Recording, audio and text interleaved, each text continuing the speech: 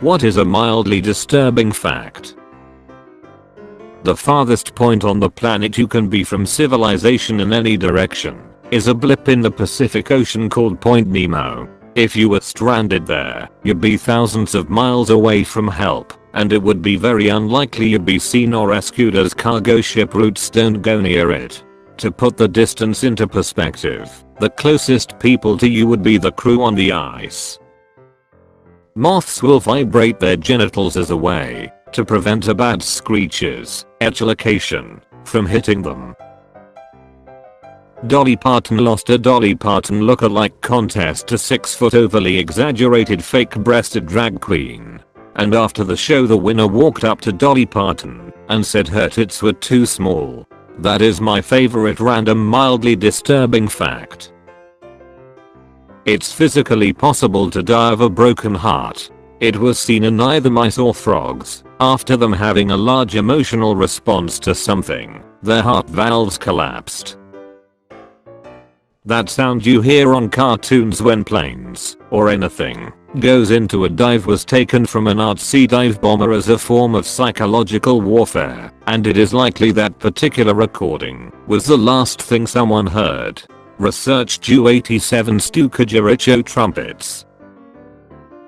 Schizophrenia can hit randomly from the ages of 15 to 26 if it is in your genetics. Some people are totally fine, then bam, auditory hallucinations and delusions start happening. Edit: yes, it is possible before and after those ages, but since schizophrenia is triggered after adolescence and before the brain is done developing, it usually occurs between those ages of 15 to 26. In the English northeast town of Hartlepool, an abandoned French warship washed up ashore. The only thing on board was a monkey dressed in a navy uniform. Having never seen French people before, the people of Hartlepool assumed the monkey was a French person and was put on trial in court and was eventually hanged for not answering any of their questions.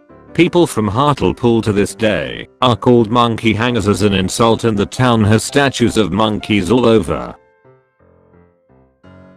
30 years ago the average home took up to 30 minutes to become fully involved in fire. Now it can be as little as 3 or 4 minutes due to the changes in construction materials and the massive amount of synthetic materials used in furniture, etc. Install smoke alarms and get out early, folks.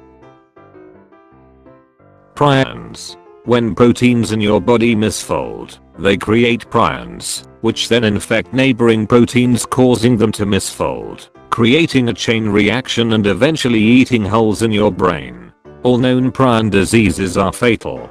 They can kill you in a bunch of fun ways, including taking away your ability to sleep or your ability to chew and swallow. They're also extremely contagious, and since they are not a virus, non-killable.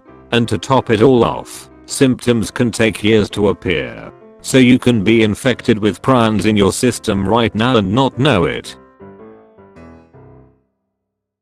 Years ago I saw an episode of Monsters Inside Me where this guy was doing something outside and a fly flew into his eye. It only made contact for a millisecond, but it was enough for it to lay eggs. After they hatched they started eating his eye from the inside, and he was starting to go blind until a doctor figured out what was wrong. Since then I get super paranoid whenever a fly goes anywhere near my face because of the fact that something like this can possibly happen to me.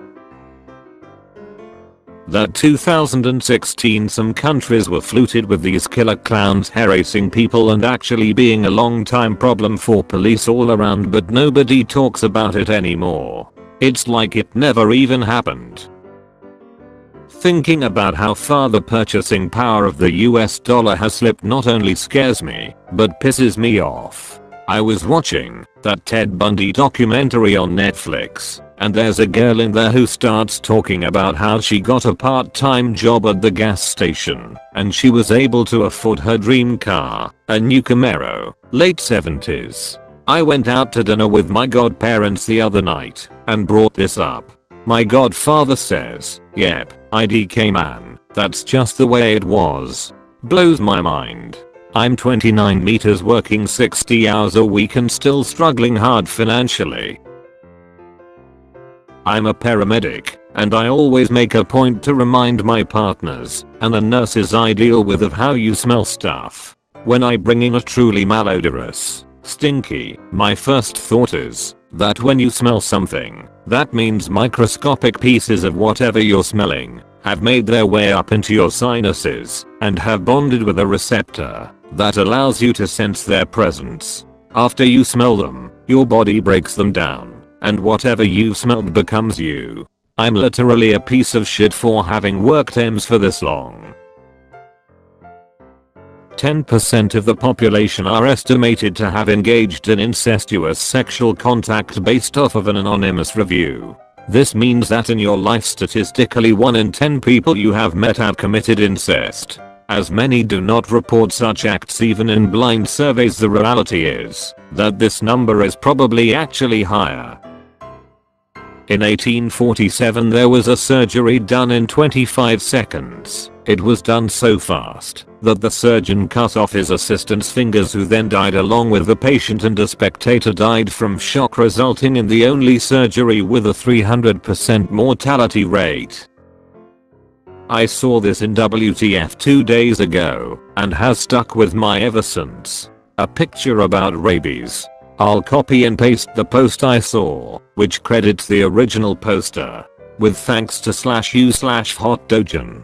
Rabies. It's exceptionally common, but people just don't run into the animals that carry it often. Skunks especially, and bats. Let me paint you a picture. You go camping, and at midday you decide to take a nap in a nice little hammock. While sleeping, a tiny brown bat, in the rage stages of infection, is fidgeting in broad daylight, uncomfortable and thirsty due to the hydrophobia, and you snort, startling him. He goes into attack mode. Except you're asleep, and he's a little brown bat, so weighs around 6 grams. You don't even feel him land on your bare knee, and he starts to bite.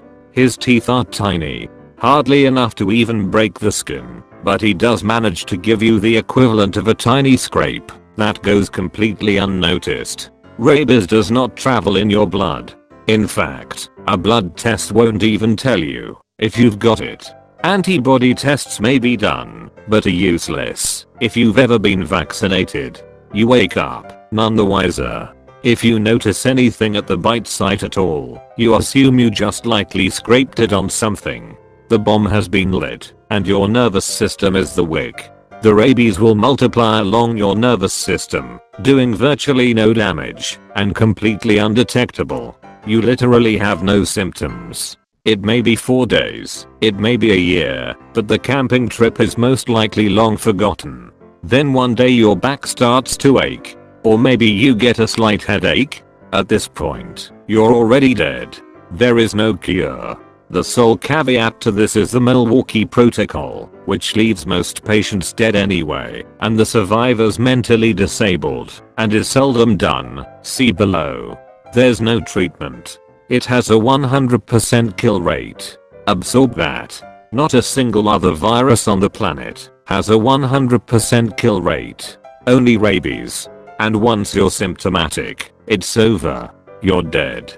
So what does that look like? Your headache turns into a fever, and a general feeling of being unwell. You're fidgety, uncomfortable, and scared. As the virus that has taken its time getting into your brain finds a vast network of nerve endings, it begins to rapidly reproduce, starting at the base of your brain, where your pons is located. This is the part of the brain that controls communication between the rest of the brain and body, as well as sleep cycles. Next you become anxious. You still think you have only a mild fever, but suddenly you find yourself becoming scared, even horrified, and it doesn't occur to you that you don't know why. This is because the rabies is chewing up your amygdala. As your cerebellum becomes hot with the virus, you begin to lose muscle coordination and balance. You think maybe it's a good idea to go to the doctor now, But assuming a doctor is smart enough to even run the tests necessary in the few days you have left on the planet, odds are they'll only be able to tell your loved ones what you died of later. You're twitchy, shaking, and scared. You have the normal fear of not knowing what's going on, but with the virus really fucking the amygdala, this is amplified 100-fold. It's around this time the hydrophobia starts. You're horribly thirsty, you just want water, but you can't drink. Every time you do, your throat clamps shut and you vomit. This has become a legitimate active fear of water. You're thirsty, but looking at a glass of water begins to make you gag and shy back in fear. The contradiction is hard for your hot brain to see at this point. By now, the doctors will have to put you on force to keep you hydrated, but even that's futile. You were dead the second you had a headache. You begin hearing things, or not hearing at all as your thalamus goes. You taste sounds, you see smells. Everything starts feeling like the most horrifying acid trip anyone has ever been on. With your hippocampus long under attack, you're having trouble remembering things, especially family. You're alone, hallucinating, thirsty, confused, and absolutely, undeniably terrified. Everything scares the literal shit out of you at this point. These strange people in lab coats. These strange people standing around your bed crying, who keep trying to get you drink something and crying. And it's only been about a week since that little headache that you've completely forgotten. Time means nothing to you anymore. Funny enough, you now know how the bat felt when he bit you. Eventually, you slip into the dumb rabies phase. Your brain has started the process of shutting down. Too much of it has been turned to liquid virus. Your face droops. You drool. You're all but unaware of what's around you. A sudden noise or light might startle you, but for the most part, it's all you can do to just stare at the ground. You haven't really slept for about 72 hours. Then you die. Always, you die. And there's not one fucking thing anyone can do for you. Then there's the question of what to do with your corpse. I mean, sure, burying it is the right thing to do. But the fucking virus can survive in a corpse for years. You could kill every rabid animal on the planet today, and if 2 years from now, some moist, preserved, rotten hunk of used to be brain gets eaten by an animal, it starts all over.